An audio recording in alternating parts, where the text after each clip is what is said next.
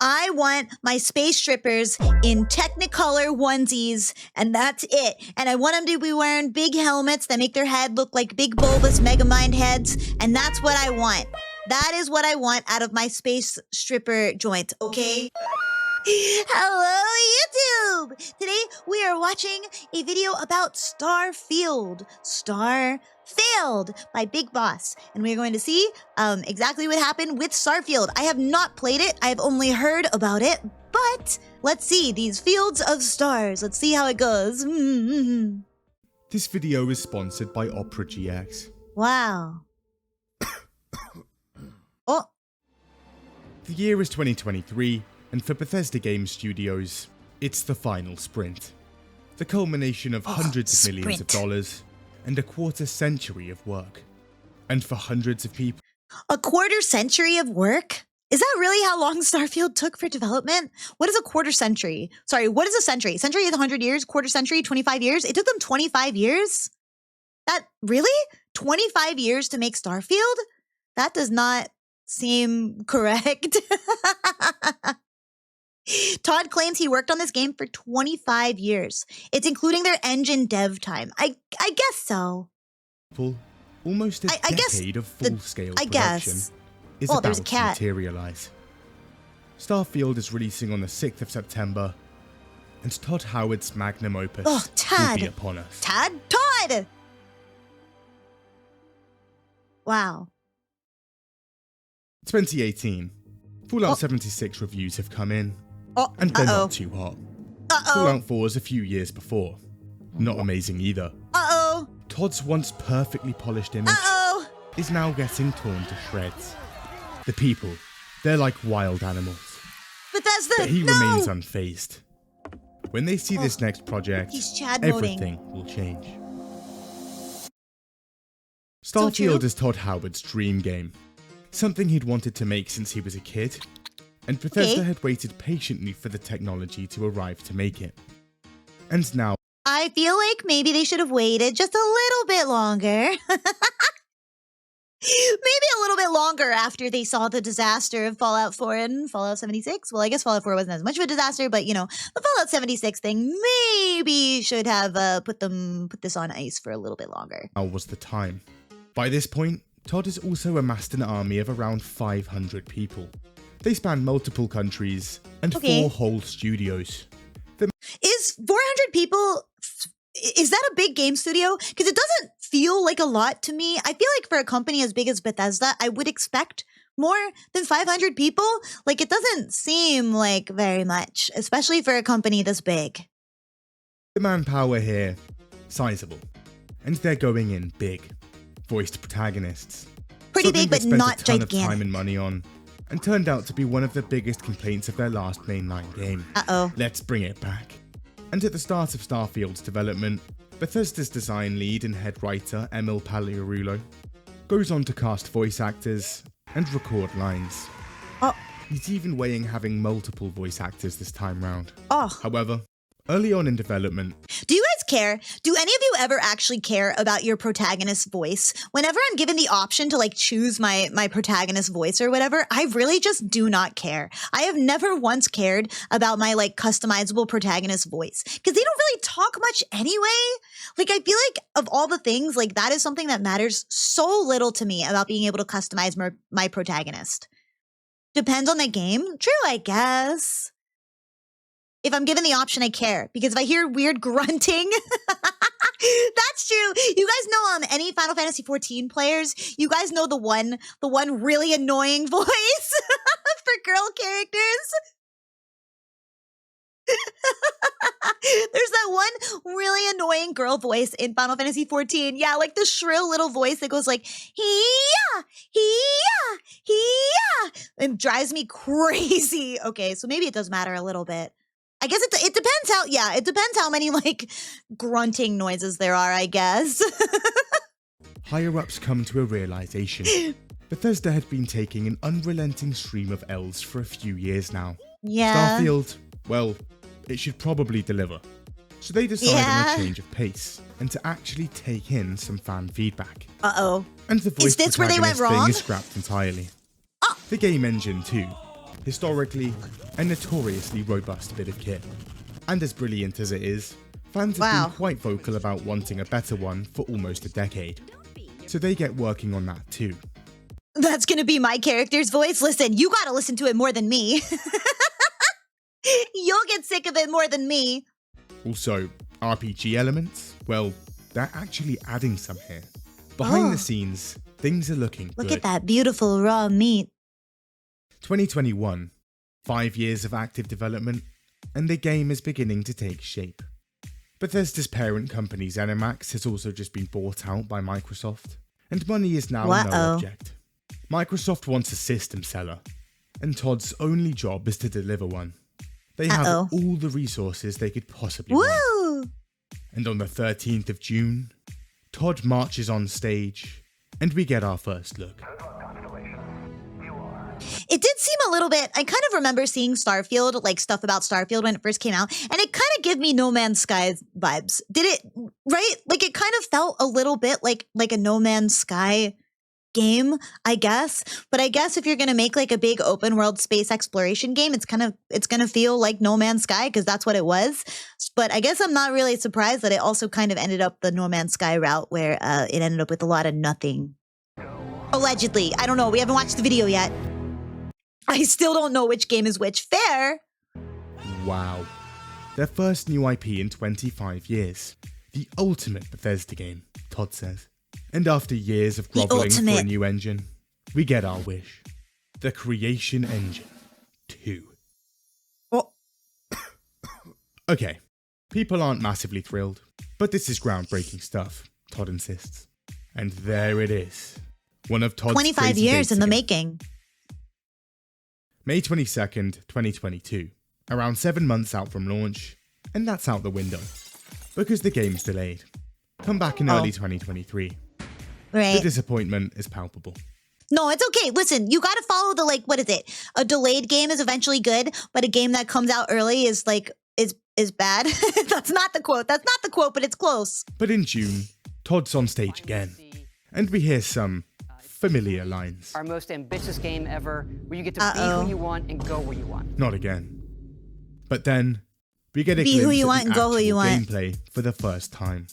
Deep crafting systems, weapon mods, buildable outposts, even your own spaceships. Wait, we can even fly them? Land and explore anywhere? Over 100 systems? It sounds familiar! Over 1,000 planets. My god. Also, were those background options and traits in a Bethesda game?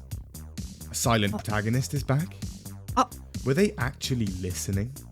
Starfield was going to be an actual RPG. Oh, did everyone hate the protagonist voice thing in Fallout 76 or Fallout 4? Is that why they did it? Because people actually hated the talking protagonist thing? Chad Howard was so beautiful. It froze my PC. I'm sorry. It was bad. People hated it. Wow. Okay. RPG. A true return to form. Right. I guess Fallout 4 had too much doesn't come without concerns, protagonist however. talking. The performance. It doesn't look great. In fact, you can see the game barely holding it together at parts. The gunplay and dogfighting look a bit stiff, and 1,000 planets. Either another sweet lie, or this game sounds very procedural. Todd hears the concerns. Don't worry. Starfield has more handcrafted content than ever before. More than Skyrim and Fallout 4 combined, he assures us. He doesn't give any solid figures though. For some reason, Todd says he's stopped giving out numbers. 16 times. It's now March 2023. I feel like Todd has maybe perhaps learned his lesson about numbers and the amount of numbers and estimating how much content is in something by the numbers. Perhaps he should stop doing that. The game should be releasing in just a few Tell me more months, lies, Todd. but no. Game's delayed again. Come back in September 2023. Wow. Summer 2023. Todd returns to the stage again, and this time... They need to get a muzzle for Todd. He hasn't learned anything. Well, what was it? He recently teased the next Skyrim, but they haven't actually said anything official. He's telling lies again. He's brought almost an hour of gameplay with him, The game looks a lot more polished. We also hear some more familiar lines. That isn't just a backdrop. That moon is actually there orbiting the planet. Yes, you can visit it too. You see that mountain? You can climb it. That mountain is not just a backdrop. You can walk all the way to the top of that mountain. Yeah! September 6th is now about 3 months away, so Todd and the boys put on some fresh kicks. It's time for some interviews. Washington Post, GQ, Esquire. The man is everywhere. Todd's like a playboy. The marketing machine is now in full frenzy, and lots of totally normal articles are being released. What the hell is even that? He's Christopher Nolan. Todd Howard is the video game industry's Christopher Nolan. What a quote. Games, what Tom Cruise is to cinema. Tom Cruise now. I suggest this theory to him. Slight, boyishly handsome, sharp-jawed and tousled-haired. He has the look of classical antiquity. He's become a semi-mythical figure to gamers. Now 52 years old, the only real sign of him being flesh and bone are some faint bags under his sea blue eyes. He's reserved. He does have very pretty eyes. he does have very pretty eyes, doesn't he? Talkative, but never all that forthcoming. Okay. Is that what they're calling him? Wait, they actually wrote even that? Posts on Reddit. Fans are increasingly excited. It's like Todd's doing a victory lap here. Whatever they've cooked up over in Maryland, it's good. Turns out, they'd had just about every QA person at Xbox on it, and they're saying it's the least buggy game in Bethesda's history. The least buggy game. I guess it doesn't feel like it should be a compliment, but I guess it is. 500 developers, $400 million. Almost a decade. It's kind of, it's like after Fallout 76 or whatever, it's like they were like, they were like, okay, we got to fix all the bugs. We got to make sure it's not buggy. We can't have another Fallout 76, and then didn't address the actual problems of Fallout 76, just the bugs. In development. Out the way, Halo. This is Microsoft's new system seller. Uh-oh. Emil says it's the best game they've ever made. Todd even compares it to Red Dead Redemption 2. It probably has more of a feeling of like a Red Dead 2, right? Like I'm living the Western fantasy. Yeah. So other developers are trembling in fear at the release date, and games like Baldur's Gate 3 have shifted theirs back by more than a month just to avoid crossing paths. The masters of the RPG had checked out for a while, but on September 6th, Daddy's coming home.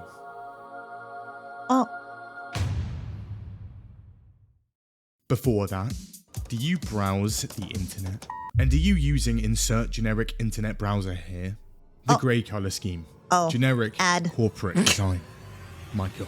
Opera GX makes browsing online fun. The perks are numerous. Trying to watch a video uninterrupted, or mid-fight and sick of intrusions. How about complete I don't really understand like the built-in, like the in-video screen GX thing. Is equipped with formidable because I usually just sort of open a video on my second monitor. I guess if you don't have a second monitor, it's useful. But who doesn't have a second monitor in these days and age, you know? A sidebar filled with music and media to ensure dopamine flows at all times. I need to watch a video. Peter Molino? I can't pronounce his name, but I know who you're talking about. Also, sick of your friends and family walking in. Me? I'm sorry. I don't mean to call you out. Panic button. And your tabs are hidden. Most browsers have limited customization. A wallpaper here. I don't have a second monitor either. Listen, if you guys don't have a second monitor, get one.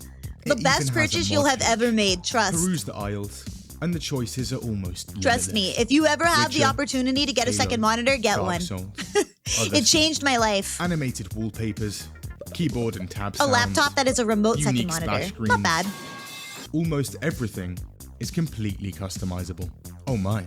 I'm on my phone. I guess that's different. You can also mix and match multiple mods. Do you have one of those really big, long, curved monitors? Or create your own. I feel like I should have skipped the ad. GX can be whatever you want. Can't be bothered to migrate everything over? The meme man. It's equipped with a state-of-the-art import tool. Wait, how recent is this video? Into browsing history, bookmarks, and cookies. I'm rocking 3 monitors? Jealous! It's also compatible with every Chrome extension. Opera GX I'm jealous. is good.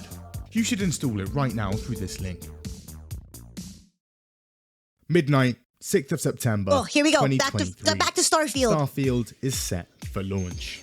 Okay. And people jump into Bethesda's first new IP in 25 years. I guess, like, okay, before we go in, I really have not heard anything about Starfield. I feel like this game launched and there was like nothing at all said about it. So I feel like that doesn't have, that's not a good sign, I think. At first, Starfield is met with rave reviews. 88 they on loved Metacritic, and a ton of 10 out of 10s coming in. It's amazing. A near-perfect space game. But a few hours in, and some time to reflect, and opinions slowly begin to change. The performance. On PC, there's a bit of chop. Why did you not optimize this game for PC? We did. It's running great. It is a next-gen PC game. We really do push the technology, so you may need to upgrade your PC for this game. That's a really great answer. If anyone ever says, hey, why didn't you do this thing? You should answer with, we did. The system requirements, quite demanding. The game requires an SSD to run. Ooh, and yet, space that's has never interesting. been this choppy. We might run into some chop. Chop? We could fucking handle chop, right? I mean, it's a $3,000 PC. No, we're not going anywhere unless he says it's safe, all right? Don't worry about the chop. You don't know shit about chop. Oh, really? And you do? You're a fucking expert on I'll chop your fucking credit card in half. How about that? Even on massive tier PCs. Low FPS Crazy. and massive frame drops. Also, AMD yeah. sponsored the game, and conveniently, Intel and Nvidia parts are specifically struggling. There's also no Nvidia DLSS in the game, something that modders are able to patch in within hours. On Xbox, things are a bit more consistent, but even then, Todd's chained us down to just 30 FPS, even on the $500 Series X. That 30 FPS is also the target FPS. That's what it's aiming for, and not always what it's hitting. Walk into a city like New Atlantis, and that number dribbles down to the low 20s. Ooh, that's harsh. This is I'm really not much of like a frame rate person. Like I don't really care about frame rate all that much. Like I'm good with 60 FPS, but I feel like going below 30 FPS is like really bad. Like you're kind of basically watching a slideshow at that point. on a AAA game on a barely 3-year-old console in the year 2023. Silky smooth when most 12 other big FPS. games can run at 120 FPS. Uh-oh. The head of Xbox says it's a creative decision. So far, the console Metacritic is just The about creative hanging decision. on. But for PC, it's bombs away. Uh-oh. Spared the horrific performance and actually managed to run the game? Well, there is some good stuff here. For the first time in a modern Bethesda game, physics are no longer tied to frame rate. You can now uncap it without causing horrific issues with jump height, movement speed, enemies, and objects. That's The shipbuilding is interesting. great. The gun mods are pretty good. There's some RPG elements. I tried so hard to understand what they were trying to write there on that ship, and I was like, Filk? Like Pilk? Did they make a ship of Pilk? But no, that was the F-bomb. Here, and for a Bethesda game, a relatively bug-free launch. Far less game break. Yeah, I think 60 FPS is a good shoot. You know what I mean? Like, I'm not like, I don't care if it hits 120 FPS. I feel like that's almost too high, honestly. I feel like 60 FPS is like, you know, as long as you can get around there, it's probably good. Breaking issues and corrupt save files. They'd even cracked ladders. That's the good. And then there's everything else. Starfield was conceived 25 years ago, trademarked a decade ago, and started full development 8 years ago. And the final game had come out the other side, severely lacking. It's an embarrassment. Oh. In a lot of ways, it's one of their most bare bones. I mean, I'm not gonna lie. Even if it was like conceptualized 25 years ago and trademarked 10 years ago or whatever, you really only have to focus on the 8 years of actual development, you know? Because that's when they're actually putting like the work into the game. Like, you know, you can think about an idea for 10 years, but if you haven't actually done anything to it, I don't know if it counts, I guess. So I feel like 8 years, honestly, for a game of this scale is kind of low. Games, yet incredibly basic things are just missing. The FOV slider. Fallout 76 had one. It only Fallout counts 4 because had Todd one. kept saying it. A simple text file change in the game files allows Starfield to have one. So why Wow. wasn't it in the game? There's no ultra-wide monitor support. Right. No HDR on PC. There's not even any images on the save files. There's also no brightness, contrast, or gamma sliders of any kind. This is on a game that looks horrifically washed out. Dodgy TV or monitor? Unlucky, son. I feel like a brightness setting is kind of default, isn't it? Like you at least want a brightness setting. This is what your game looks like. An in-game calendar? Nope. Your start date is May the 7th.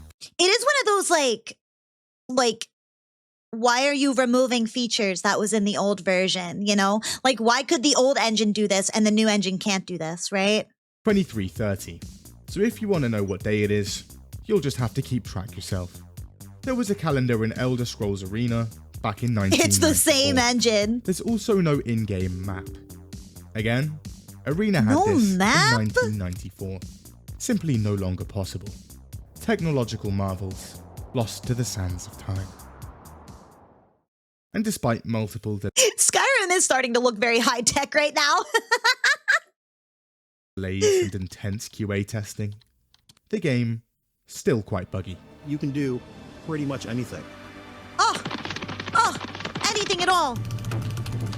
Whoa. Oh, back to their home Exploring every planet. inch of a mostly untouched galaxy. You do explore differently in this game. We want you to feel hopeful.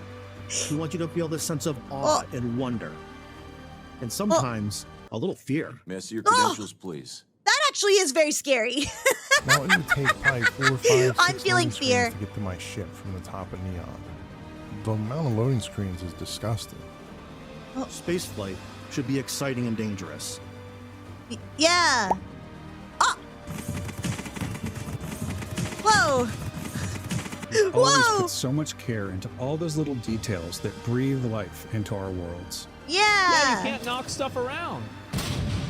Our biggest goal for lighting was to make the game feel more no. filmic, to use lighting and color to really make it feel more cinematic. Whoa, look at the massive JPEG. I'd really like to change my ship right now. That'd be great. It's too bad that the NPC is up there. Outside of the game itself, Starfield launched with a $300 collector's edition. This included a patch, some art, and a box. But centerpiece, an electronic watch. And turns out, a ton of these are already breaking. Oh. Alright, pretty poor effort, but none of that matters. Modders patch most of it in a matter of days. What does matter is the actual game. And Todd and the boys had somehow created entire star systems to explore here. And turns out, he wasn't lying. There actually are over 1,000 planets. Okay. Spaceships. That's space something. flight, all in a Bethesda game with the same bones as Morrowind. They made a Gundam. This thing was a miracle. We had unparalleled freedom to explore here. And after clearing the first mission, players board their ship and set course for the stars. Whoa. They could fly. Uh-oh.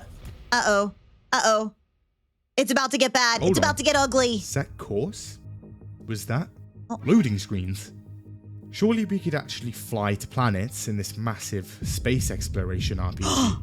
Some spend hours attempting this, and turns out, no. No, you can't. Because planets in this game are literally just massive JPEGs floating around in an I was empty right, they're skybox. big JPEGs! That's space. That's completely flat. That's 100% flat, That's dude. what I mean. That's what I'm saying. That can't be real, right? You can't land on them. You can't even get to them without hours of your life gone. No! Manage that, and you'll just phase through them. That moon is actually there. Yes, you can visit it too. Want to actually explore That moon space is in this not space actually exploration there. game? You can't climb it. That'll involve digging through layers of horrifically organized interstellar maps, and then bearing multiple rounds of cutscenes and loading screens to get anywhere. Exciting stuff. Can't The fly moon in is a atmosphere, lie. Can't take off from planets. That's another loading screen too. People are over the moon. There's also overly drawn out animations every time you get in and out the cockpit and dock onto ships and stations. These aren't even used as covers for loading screens.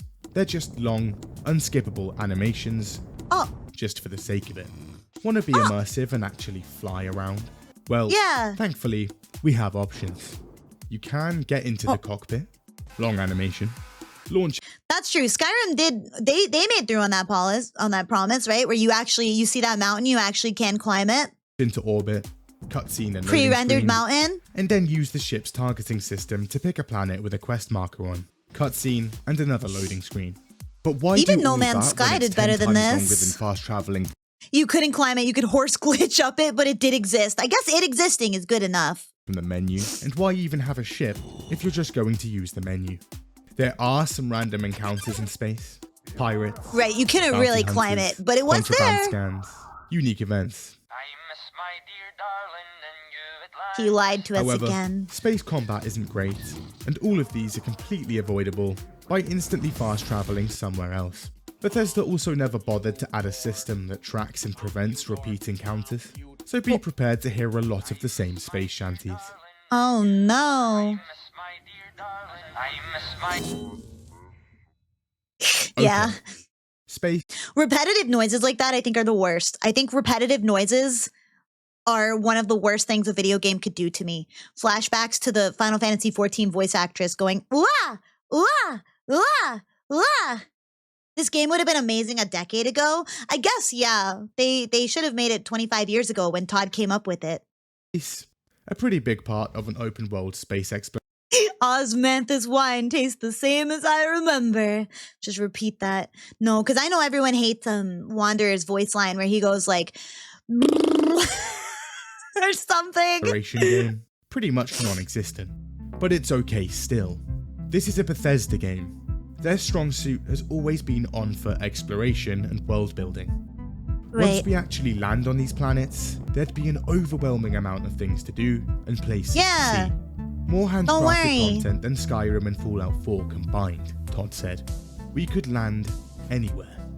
Explore entire planets. So fumble through the menus again, and after 2 cutscenes and 3 loading screens, right, you get to explore a planet. And emerge onto their first new planet in the settled system. Okay. Huh? Oh. Where is everything? Oh no. Okay, let's check the map. Who could have ever predicted? What on earth is that? A bug? A rendering error, perhaps? No. Turns out, that's just how they designed it. They're working on a full free roaming update, meaning you can fly to the moon in a coming update soon. That's good to hear, at least. I'm glad they're still working on it. That is something that I always love to hear, that they haven't just completely abandoned it. Okay, let's put that back. Luckily, there's a scanner we can use. And it looks like there's a few undiscovered locations in the distance we can head to. Hundreds of meters away. That could take a while, so best get out the rover. Wait, there's no rover. You have to Bethesda walk. designed a planetary exploration game without a readable map or a land vehicle. Okay. You gotta walk. Running it is. Use your feet. The world looks good. Bethesda has nailed the lighting and skybox, and there's some interesting creatures, natural formations dotted about, alien dung piles to sift through, and a few old facilities to explore. This particular planet has an abandoned cryolab, a UC listening station, a relay That's kind of station, fun. That sounds and an fun. occupied cave.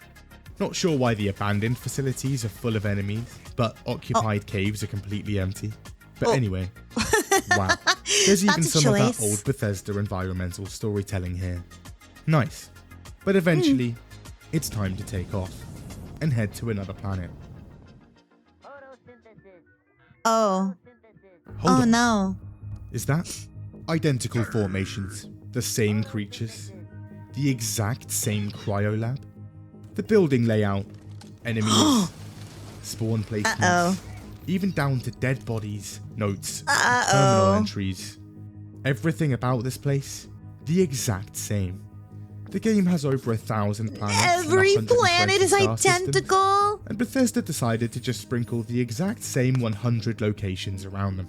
Oh, And due to a weird algorithm, a lot of the time, that'll Yeah, listen, there's only one cryolab contractor in this entire galaxy, okay? They're very consistent in their designs. be more of those caves, cryolabs, and UC listening stations. Oh. Even the main quest of the game recycles these identical locations multiple times. Oh, we were right there, man! Outside of procedural places of interest, there's about 4 main cities in the game, around 30 small settlements, and just 82 unique locations. That's All this not spread between 1,000 the planets. worst. There's But it also a feels couple like- dozen temples scattered. It feels like maybe they could have gotten away with having less if they had less planets, so you repeat it less, maybe. around. But these lose their charm quickly because, again, they're all the exact same, down to the enemy placement and even the same puzzle. These are also dotted around on random planets, so half the time you'll be finding these ancient, untouched temples next to a procedurally generated Taco Bell drive-thru. There's also a bug that shows most of the game's points of interest on a planet. And there it is, the most interesting place in the galaxy. Again, Todd wasn't lying. You can land anywhere on these planets. However, everywhere is pretty much the exact same. Planets in Starfield do have varying weather, atmospheric hazards, gravity, and signs of life. There's also some hills, sometimes some craters, and even a few planets with multiple biomes. They're working on a coming update to make it diverse for exploration as well. That's good to hear as well. I'm glad to hear that they are working on it. But it feels like perhaps they should have launched with less planets, maybe. But mostly, these planets are going to be looking the same. And you'll be trekking across incredibly repetitive, flat land on foot Maybe for less hours. planets. Proper mountains. Like, have you guys seen there's that one game that has like the procedurally generated worlds or something like that, but they're all a little bit different and you go through portals? I can't remember. It was like, I don't remember what this game, I don't remember the name of this game, but I had it and I played it and you went to different, like they weren't really planets, but everything looked a little bit weird. Like, I feel like if you're going to make like a big alien planet, you should just go wild with it, you know, rather than, no, not No Man's Sky. It was a recent game that came out, well, maybe within the past 2 years or so. They should have launched with a different game engine that doesn't run terribly. That's also true. Allegedly, they created a new engine. It was not Crab Champions. But listen, they need to have a crab planet. Everything eventually evolves into crabs. So why not? In the game? Not really. Well, it was just cool because there was like floating rivers, crystals. What now? There were oceans. That's all I even want, some creatures floating in those crystals. oceans. But Bethesda took out underwater swimming, so we can't even see them. And hold on, does that say boundary reached? After running just 20 minutes? What? Disappointed!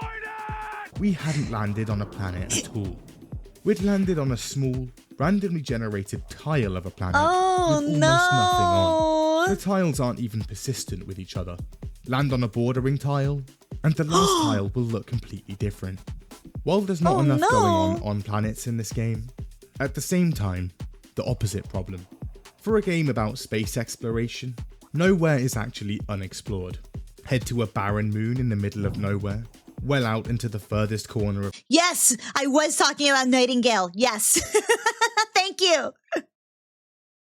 They made a new engine called the Creation Engine 2. And it's exactly the same as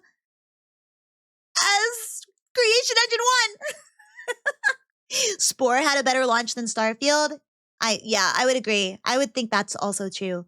But they fixed Spore eventually as well. So, you know, they'll fix it probably. I guess they didn't do very well with Fallout 76, but this is Todd Howard's baby, so, you know. Land on a planet you discovered, cryolab filled with people there. I guess maybe they thought it would be too boring if it was just like a big empty planet, but they got to get better world designs. Spore is fun up until the civilization era, right? When you can create your little guy or whatever. Of the settled system. And you'll still land next to 3 old factories and a swarm of pirates not even 500 meters from the ship. You've just landed on a world with radiation storms, 200-degree temperatures, and acid rain. Whoa. Oh look, there's a cave with some human remains. You're not exploring or discovering anything here. Yeah, they should have alien houses, not human houses. So what is there to actually do on these planets? Well, you can scan and survey the geology and fauna for XP. However, this basically boils down to just running around spamming the left bumper. Of course, there's also no index for any of this, so you can't even see what you've scanned. Wait, really? Also, why? Again, What's no the underwater point? swimming. So Bethesda went through all the trouble of modeling, designing, and texturing underwater creatures, only for them to never be visible to the player. You can scan them though. That looks mine cool. materials and build outposts with them, which you can use to mine more materials. But outside of crafting and XP farming, it's a loop you can skip entirely by just looting or purchasing stuff. You can run through the same few heavily reused places of interest.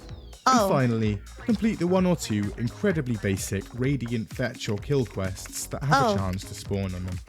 But a few hours of running around the same small tiles of planets, clearing the same factories, mining the same rocks, and digging through the same piles of literal shit, and the charm begins to wear off. Right. I guess there's not really a lot of variation. They're not massive, and the performance is absolutely horrific in them. It's also 2023, and anytime you want to enter a building, there's a loading screen. Fast travel to a building, it will put you outside the front door. So that's 2 loading screens. You can't keep getting away.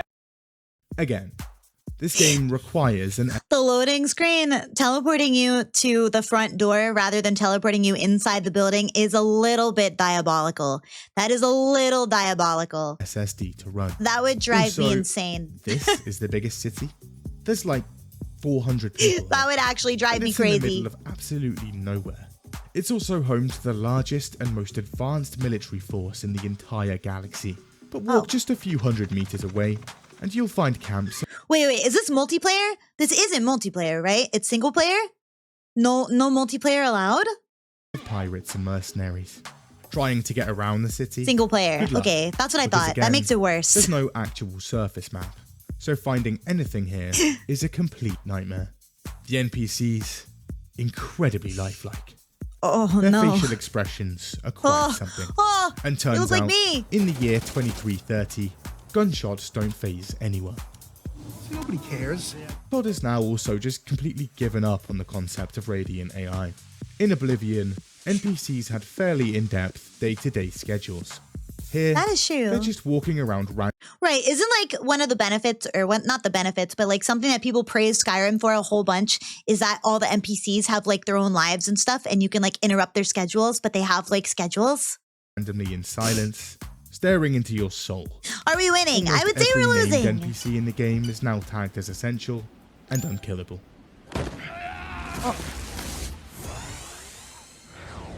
The AI in general, interesting too. He's just standing in front of her. Terrible in combat, weird spawns, glitching through walls. Ascension. The enemy variety, overwhelming. 90% of them are bounty hunters with guns, pirates with guns, or angry religious people with guns. There's also a few types of robots, and then a bunch of mostly passive animals. The combat itself is actually pretty decent, but there's not much of it.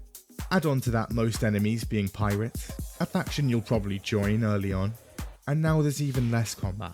Yo guys, it's me, Charlie. Hey, did that guy just turn into sand? The new lockpicking system. So you can join factions and then I guess they won't attack you and they won't be your enemies anymore. I guess that makes sense. And then you lose out on combat because you're in the faction. Right, that makes sense. Very fun. I guess. And very rewarding. And for a game so heavily reliant on inventory management, maps, and menus, the UI here, absolutely horrific. Is it one of those like immersive UIs? Okay, these fucking assholes, these menus within menus, maps within maps. Todd has been known to streamline game features over the years, and Starfield is no different. Melee weapons. They're in the game, but there's not many. The ones that are 9 whole melee weapons? Like they were in Fallout 4 and 76. You can still take gun mods off, but this time, you can't add them back onto other weapons. They just disappear. What's the point then? No armor and weapon dismantling. You can't loot outfits from NPCs' bodies. And the base building from Fallout 4 is here, Is there but it's bare bone. Is there no outfit customization? Can you customize your outfit? Very important. Important to note. There's no settler system, raids, or economy system, and the whole thing is pretty much pointless. Oh, what am I doing? Stealth, definitely worse than previous games. People now see you through walls and platforms, and guards just teleport They're all wall directly to you. hacking. Companions rarely crouch and alert everyone all the time. That would piss me off so bad. I hate having companions in games. Honestly, if I have an opportunity to have like, if I have an opportunity to like drag NPCs along with me, I will almost always say no. If they give you the option, I will be like, no, I do not want party members. I do not want these optional people following me around. I only work alone. It's funny when you have a companion that doesn't trigger enemies though. Okay, that's true. I'm a solo act, okay? I want to work alone. So has cartoonishly large vents peppered around buildings, conveniently placed in areas you need to sneak around. They're so big, you can literally sprint around in them. This is definitely a coincidence, and not because Bethesda didn't bother to lower the player hitbox when you're crouching. I think not. The speech in Starfield? A big step up from 4. No voice actors means more varied dialogue options, and a more nuanced dialogue system. More chances to persuade and affect quest outcomes. Right, okay, I understand. Right, okay, right, because if you have voice actors in a million different voices, that severely limits how many voice lines you can have, because then you have to pay the voice actors to voice act a million different lines. I understand why silent protagonists are king. I understand, I get it now. Money. We are for that money. I mean, I like silent Also, protagonists anyway, but you know. Actually see what your character's about to say. However, there's also a new persuasion system. I would be a terrible party member. You would not want to drag me along. I would be the party member that trips over everything and never hides and runs around and screams and draws the attention of all the enemies and also misses all of my shots with my gun and hides and screams, and you would have to rescue me a whole bunch of times. I would be Ashley. I would be Ashley from Resident Evil 4. I would constantly be like, Leon! While I get like picked up and dragged away because I was hiding in a bad spot. You don't want me as your party member. And it uses multiple rounds of speech checks to pass. Do you want to have sex with me? Yes, I do. I'm an escort quest NPC. It's true. Not a terrible idea. But Emil and the boys couldn't really be asked to actually write all these speech options. So instead, they just wrote a bunch of generic ones the game can pull from. Meaning half the stuff you say here will make no sense at all. Hey, Douglas, how's the wife? Oh. She died. Attaboy! It's also still based on percentages, so you can just save and try again. Do you want to have sex with me? I'm not giving you my card. While there's some incredibly believable persuasion here, Maybe I can make an exception. the dialogue itself, generally quite bland and boring. Oh my god, I still have to talk to this bitch. Fallout 4 was criticised for its overuse of Radiant quests. Oh no. Another summit.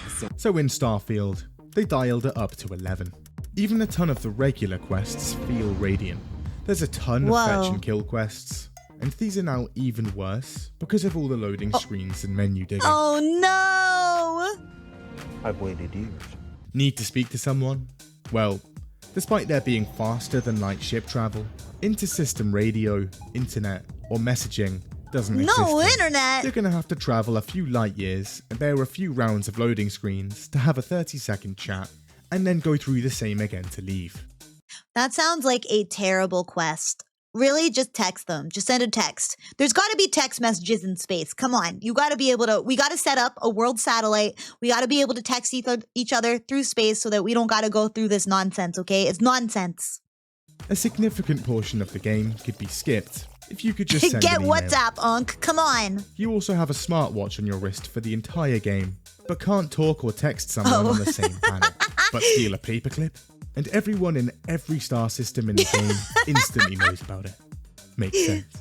A lot of the quests are linear, ending on one of two outcomes. I ignore texts. If someone came several light years to talk to me, I'd listen. Oh, good point, actually. I also ignore texts. I got a bunch of them just now from my sister, and I completely ignored them. And there's pretty much no interaction between different quest Thank lines you for the or follow! even factions. their outcomes don't affect anything and mean nothing. While there's less quests than Skyrim, you'll still be given a metric ton of them. Oh, and no. again, with over 1,000 planets and dozens of other locations, the boys at Bethesda didn't Luna, consider parentheses, adding a sort by moon. local option, meaning it's a nightmare to work out where they all are and get through them. Really? Why? Okay, the quests aren't brilliantly made, but how about the world and story itself? This was Bethesda's first new universe in 25 Oh, right. years. There must be like a They story, couldn't just right? coast on pre-established work here. Right, They'd whole have to new write story. this whole thing themselves from the ground up. But it's fine. Todd's got top writing talent. And him, Emil, and the rest of the writing team sat down to plot. Uh-oh. First order of business, this game's setting. Let's make it extremely inoffensive and completely sanitized. Remember, lads, we're gunning for a mainstream crowd here. We don't want to put anyone off. No mature themes, dark humor, nothing edgy at all. furries! This is not Fallout in space. More like the Jetsons. So they designed a game with a tone more akin to a children's show than a Wasn't it basically advertised as Fallout in Space, though? I thought it was definitely advertised as Fallout in Space. gritty, realistic space frontier. Most characters are dull, completely morally upstanding, straight arrows with nothing to them. Even the pirates here are Nickelodeon. Where are the evil guys? And the nightclub. Let's populate it with old men walking around in suits with briefcases, and a few Teletubbies dancing on stage. Yes, that's what a nightclub. You walk into a nightclub and it's full of guys in suits carrying their briefcases. What do you think this is? Is it a nightclub or is it like a drug front? It's like a mafia front, right?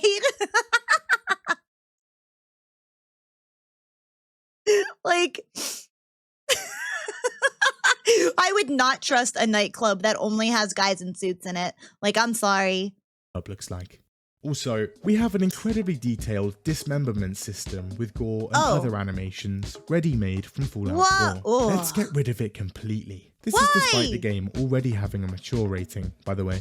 And while there's no rover in this, we'll still put vehicles in the game. And even cool mechs. And even a whole story around those cool mechs. Okay. Can the player pilot them? No. We'll make it a plot point that that's illegal in universe. What? Okay. Only enemies can then.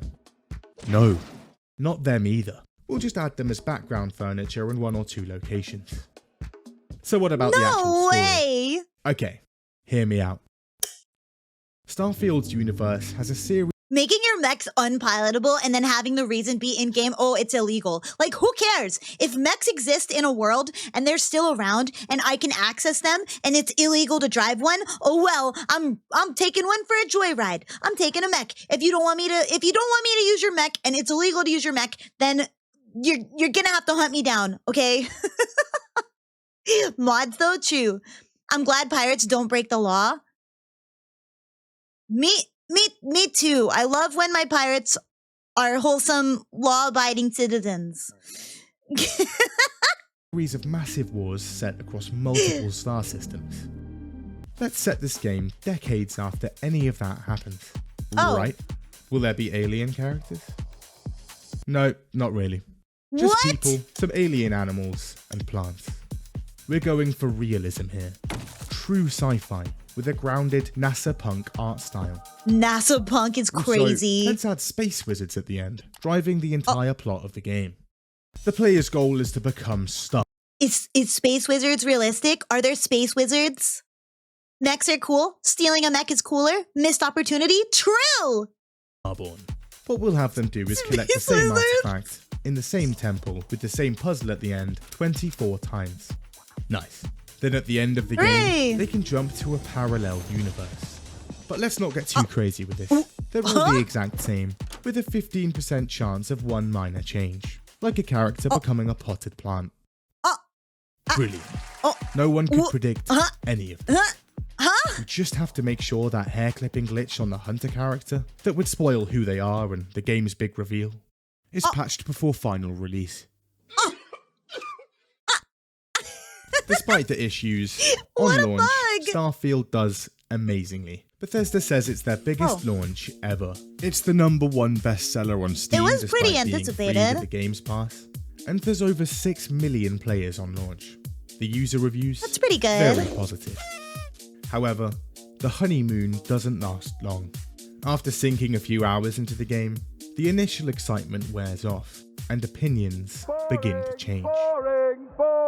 No. I want my space strippers in Technicolor onesies, and that's it. And I want them to be wearing big helmets that make their head look like big bulbous Megamind heads, and that's what I want.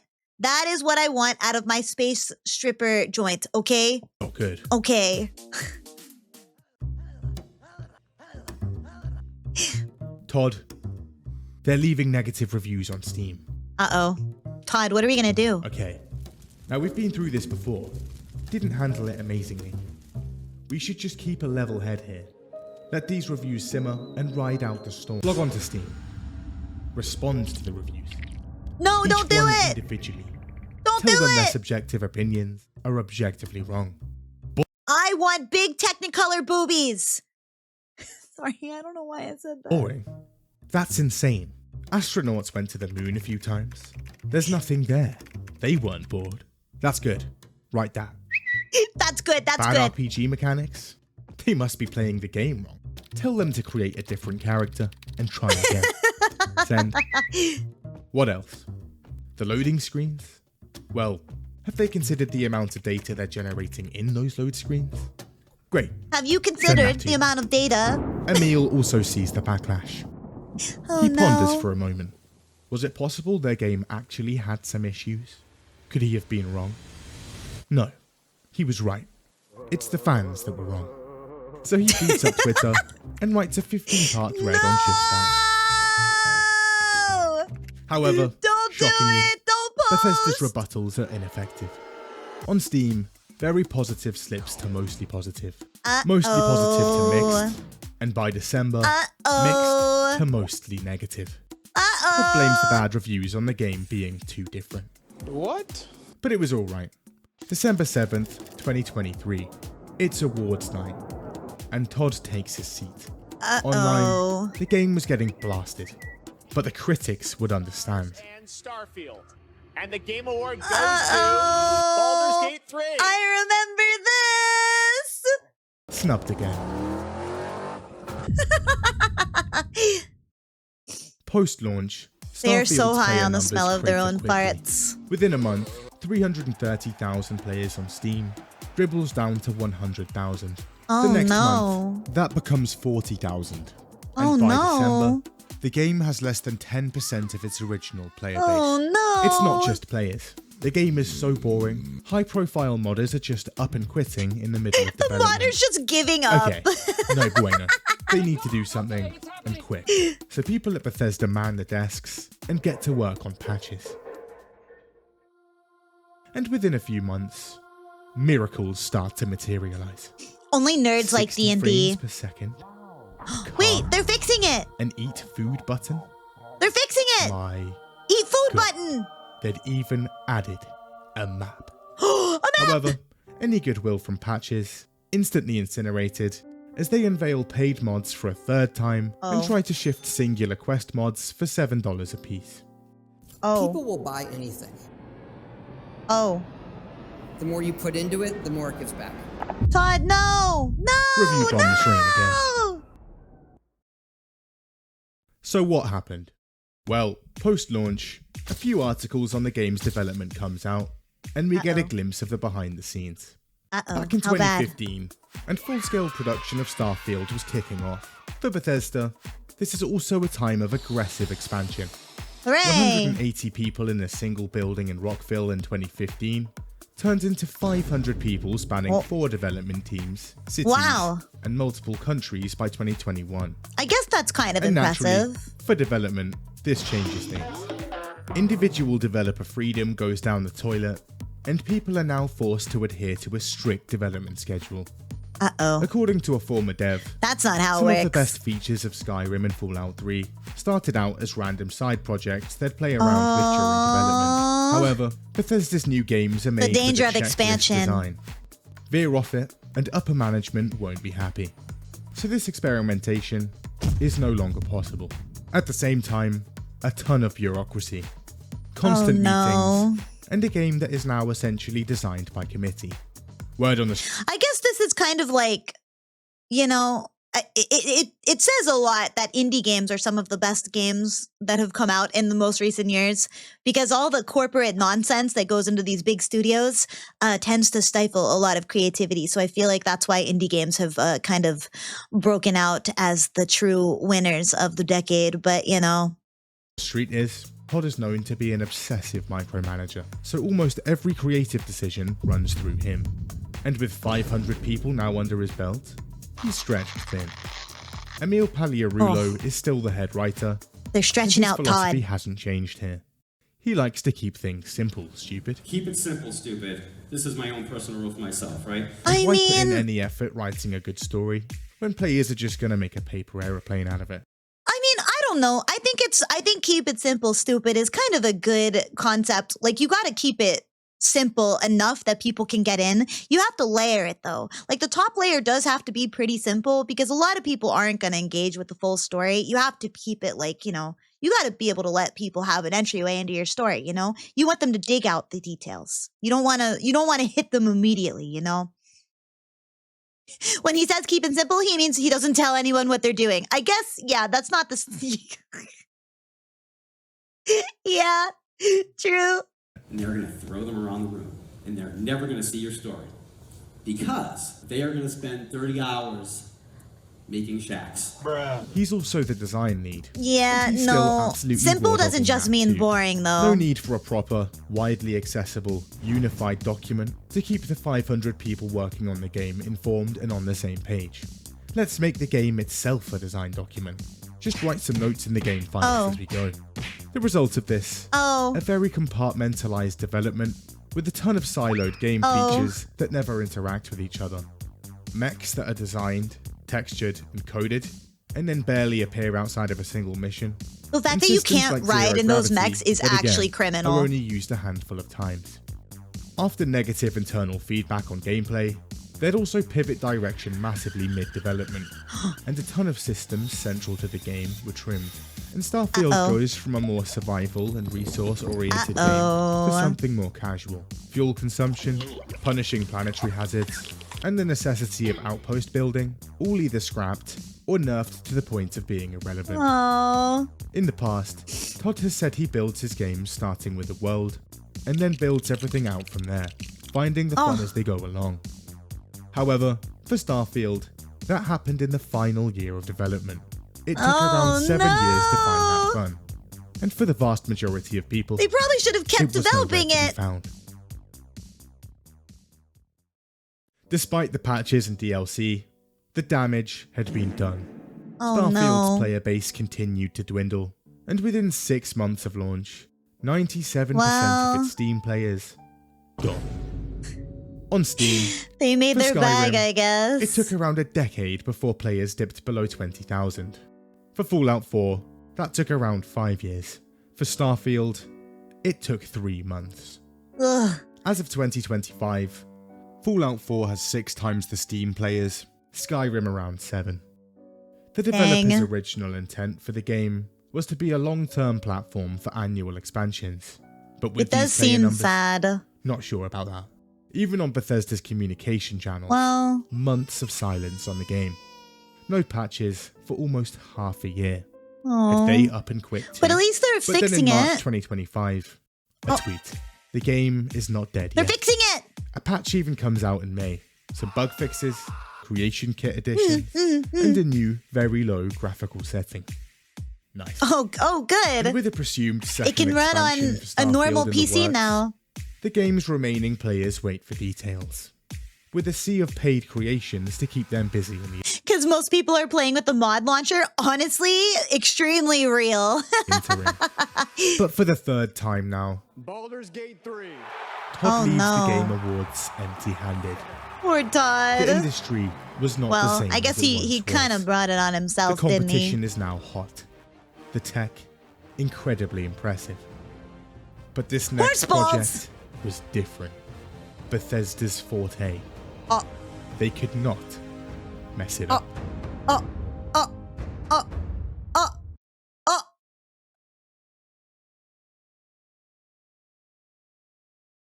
I think they're gonna mess it up. I'm calling it. They're gonna mess it up. They're gonna mess it up. They're gonna mess up the new Elder Scrolls 2.